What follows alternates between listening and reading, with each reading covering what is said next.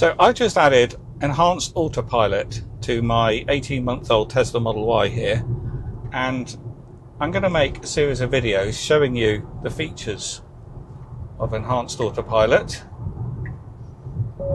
including that one, motorway on and off ramps, and that didn't work, but anyway, that's coming in a future video. In this video I'm going to cover auto lane change, which is probably what most people would want Enhanced Autopilot for. So as you can see, it's asking me to do a lane change, and it's now doing it.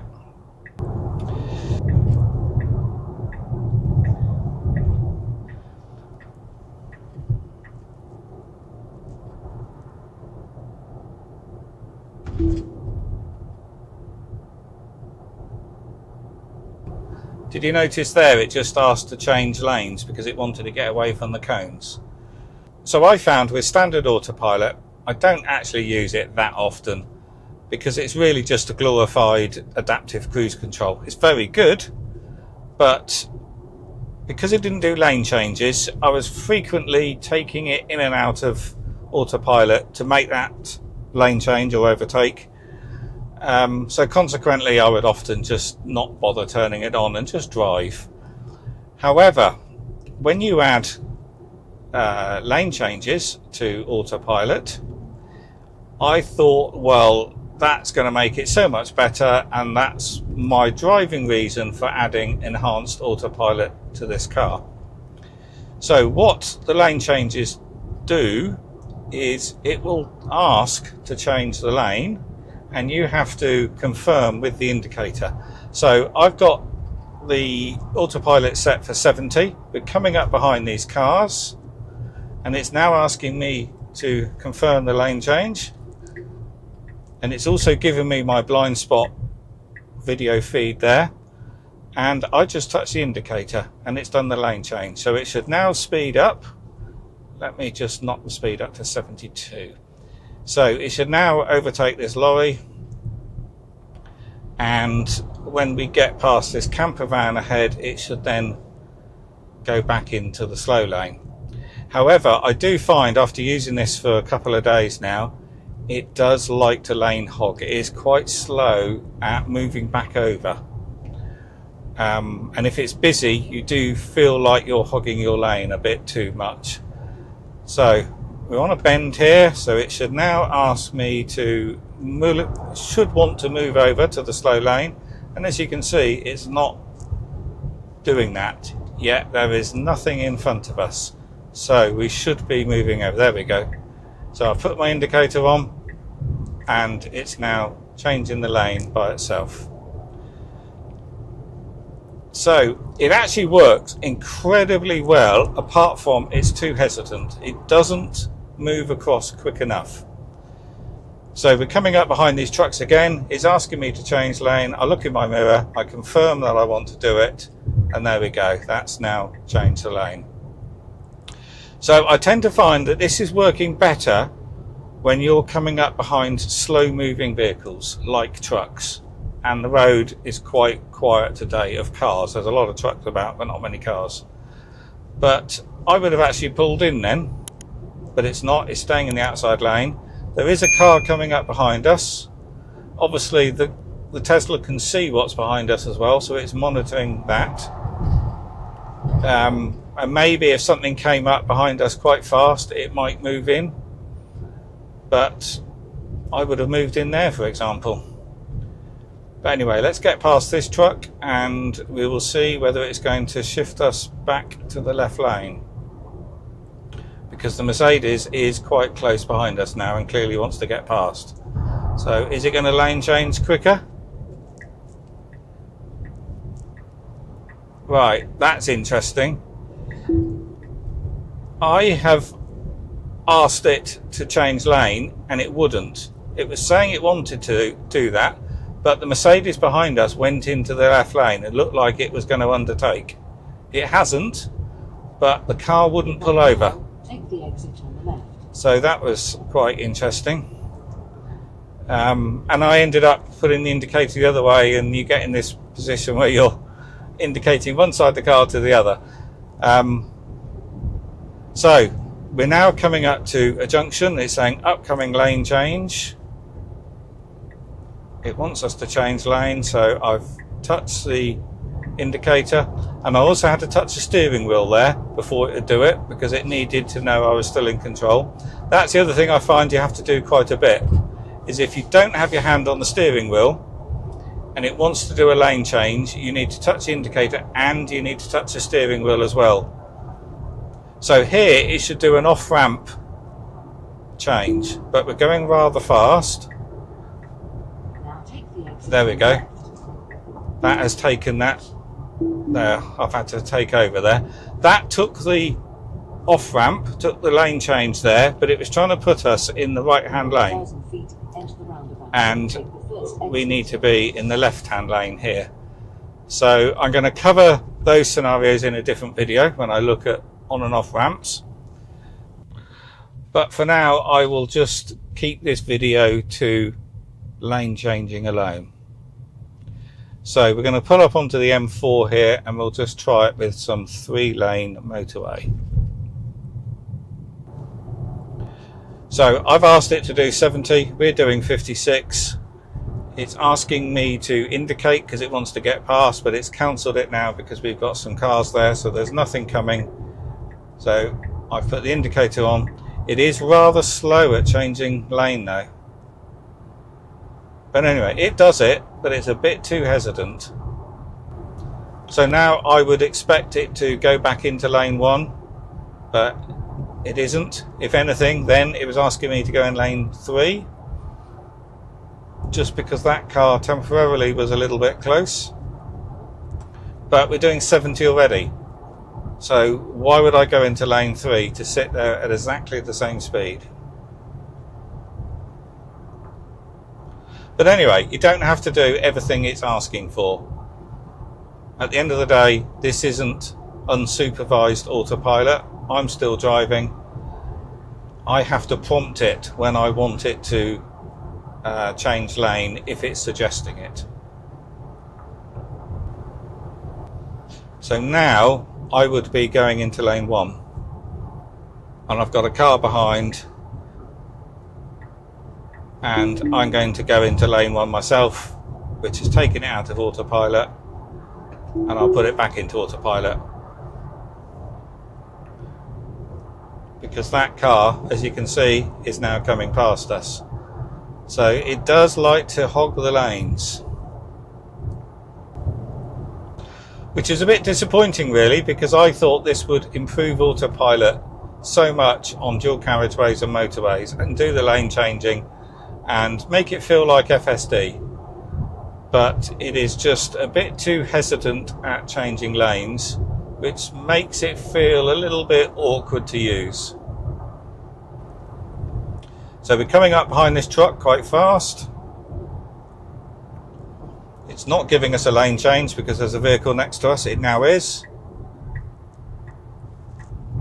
It's a little bit hesitant to make that lane change again though, but it's done it. We've now overtaken the truck,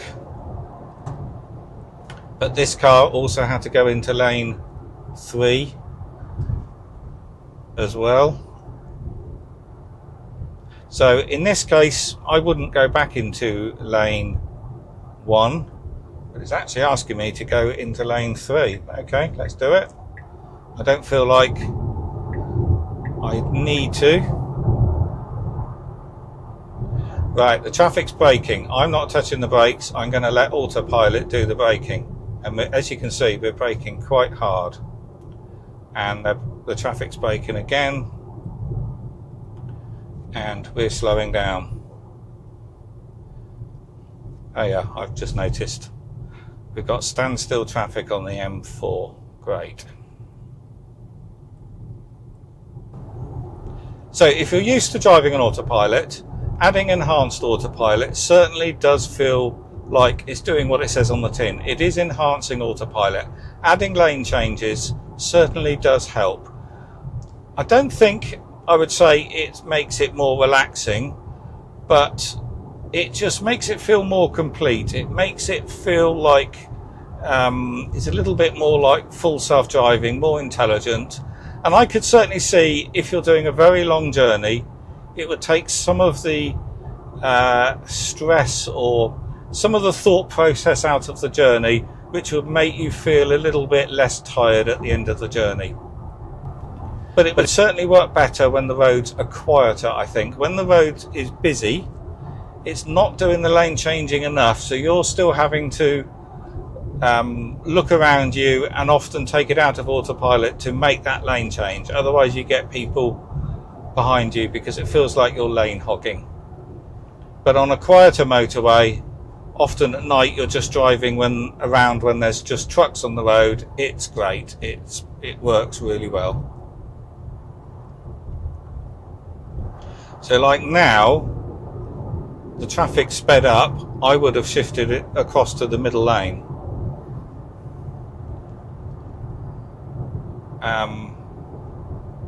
Even though the other two lanes are doing about the same speed I do feel like I shouldn't really be hogging this lane. I can't go any faster because the cars aren't going any faster in front, but I am doing 71 here.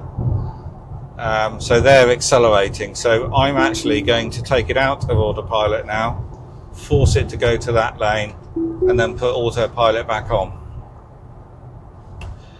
So I've seen on other videos, Just Get a Tesla channel, he reviewed this and he was able to put the indicator on and force a lane change.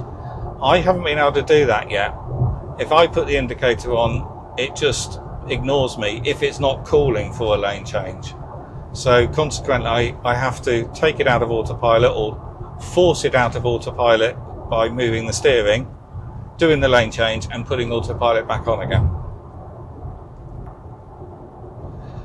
So now we're doing 67, I'm asking for 71, so it should be trying to pull me out into the outside lane.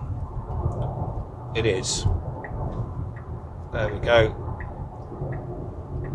Perfect timing because that truck wanted to overtake as well. So times like that, it gets it really spot on and it feels good. But other times it just feels a little bit too slow. While editing this video, I've discovered the rest of the footage has turned blue because I've accidentally pressed something on the camera which changed the white balance setting. So I apologise for the poor image quality for the rest of this video. It's asking me to change lane. Yeah, as you can see, there is a car in my blind spot there because it's lit up red.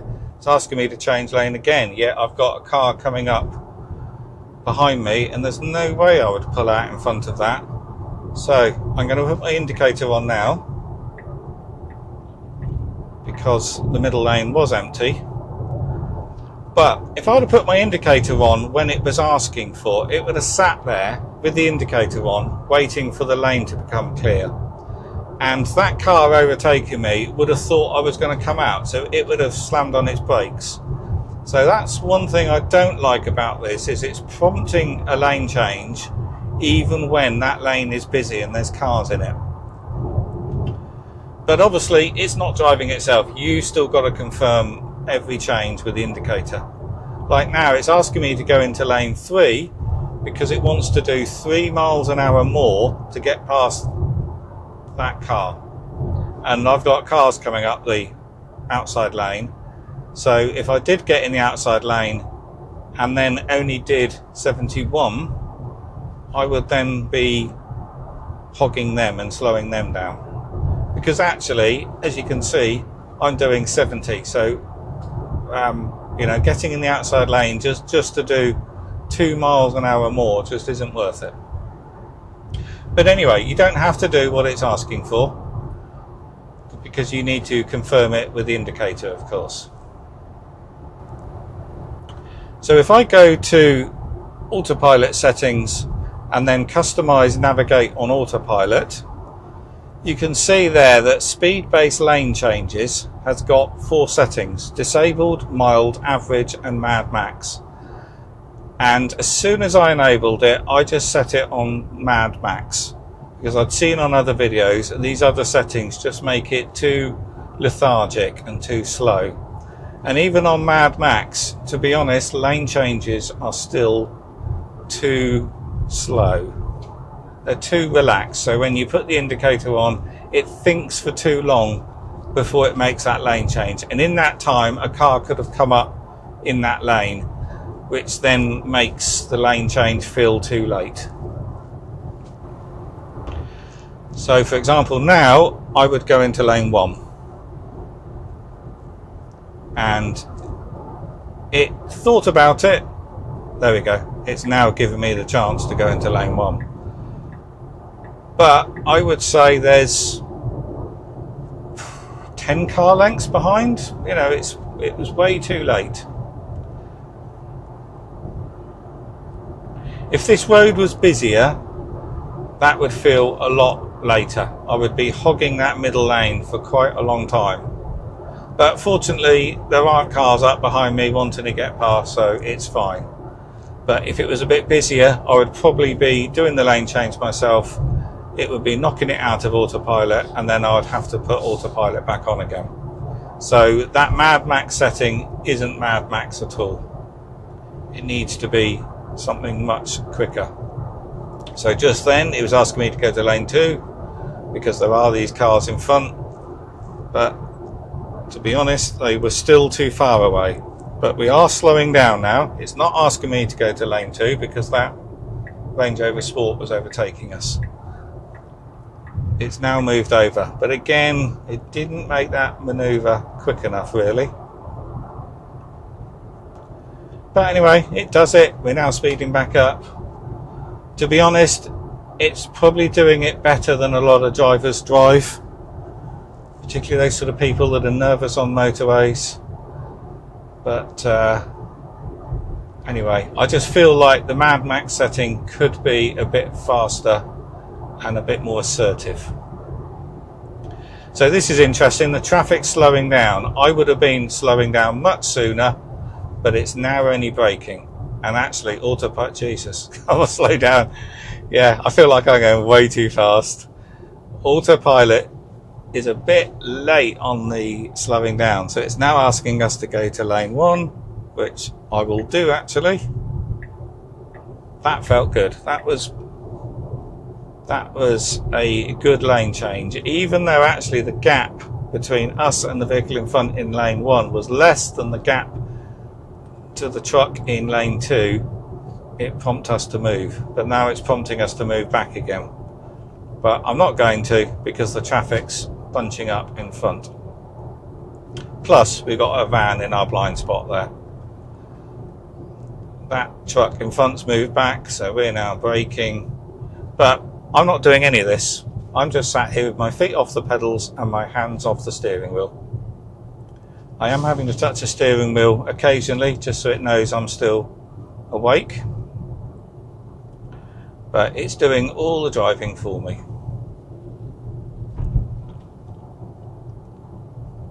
And crucially now, with Enhanced Autopilot, it's doing a lot more thinking for me because it's prompting me when to change lane.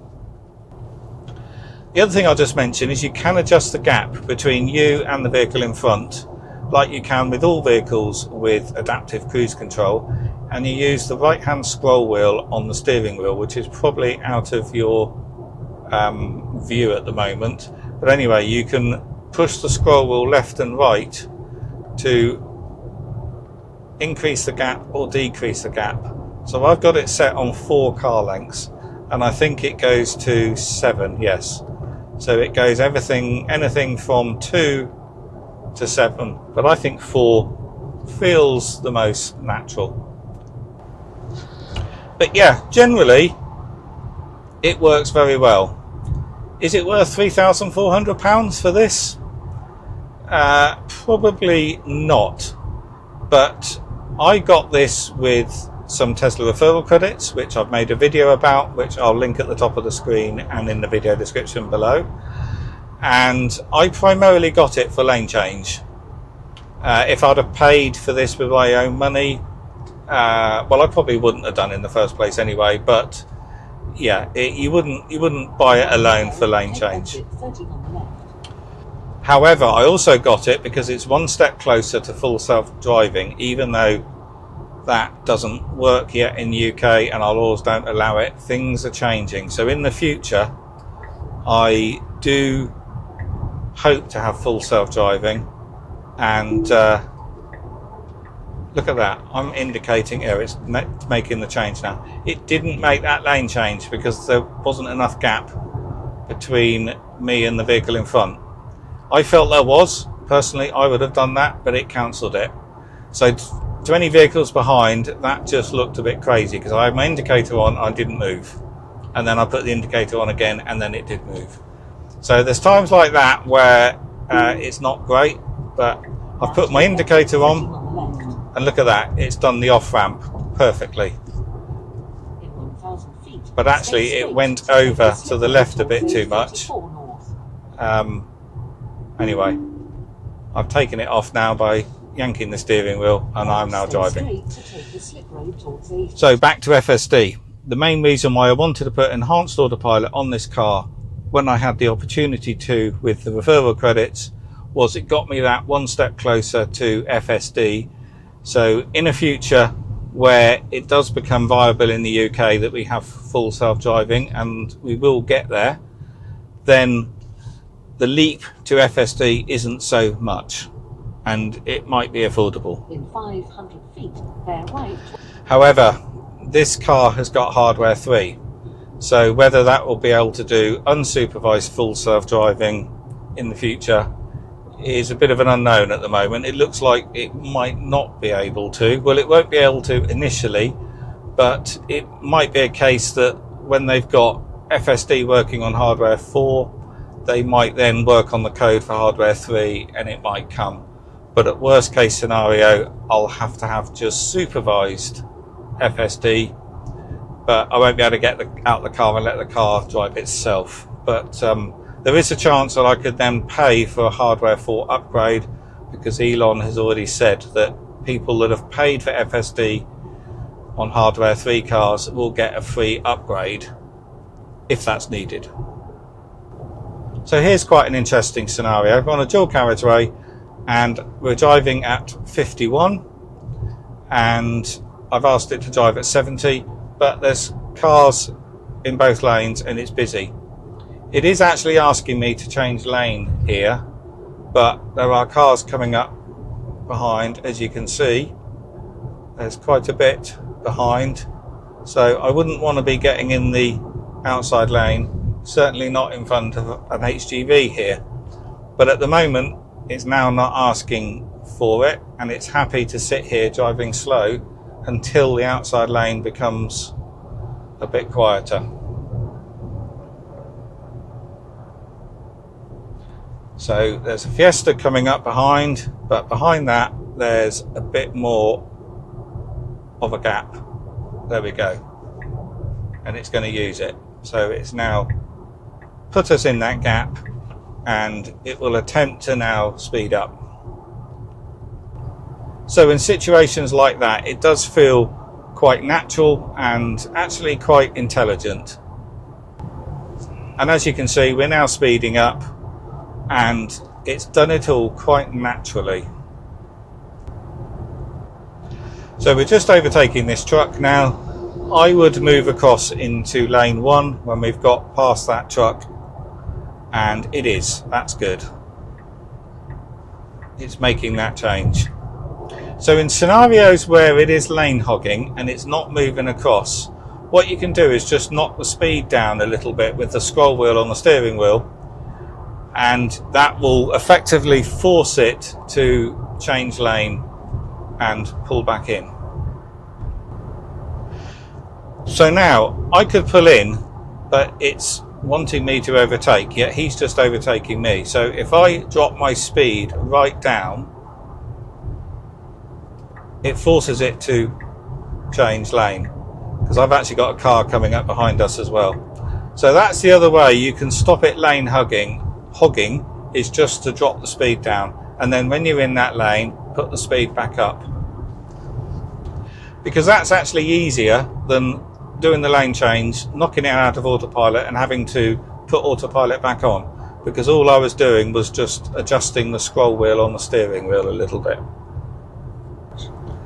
And of course you can do the opposite to make it overtake something. So I could knock the speed right up to 85 miles an hour, and then it would force a lane change to get past the vehicles in front, and then you can knock it back down. So you can simulate what you would maybe naturally do sometimes if you want to overtake something. But for now I'm going to drop the speed back down to 70, because we're going to pull off the A34 here, and we're not going to overtake this truck and car. So I'm going to come off the A34 here, so let's see whether it does an exit, and it has. That's done it by itself. So I'll be covering that in another video. So I will leave it there. So that's auto lane change covered, and I'll be covering the other features of Enhanced Autopilot in separate videos. Take the first exit. So if you found that useful or interesting, please do click the thumbs up. That really does help. And if you want to know more about the Tesla Model Y, in the video description below will be a link to other videos I've made on this vehicle, including those other Enhanced Autopilot videos which will be coming soon. And if you're thinking about buying a Tesla, in the video description below is the referral link, which will get you money off your new car.